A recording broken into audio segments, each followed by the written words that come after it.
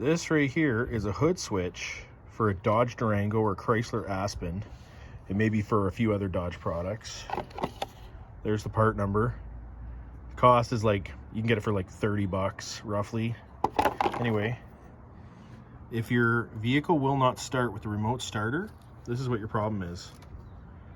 So what you have to do is you have to fish the wire up and then put that in that hole right there, like that. So you're going to attach this wire to the bottom of that.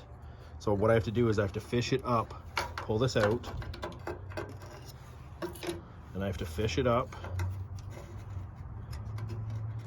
This is where you need like tiny hands. See, there it goes, fell in. So now I have to fish it out. Luckily I can see it, right? But it's a bit of a, it's pretty easy to do.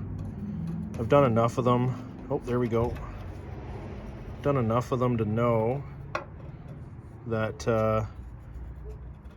they're easy enough to do. Just like this. So also, before you go to plug this in, check to make sure, focus, that the inside of this is clean. Looks pretty good. Doesn't look blue or green or anything like that. Then all you do is plug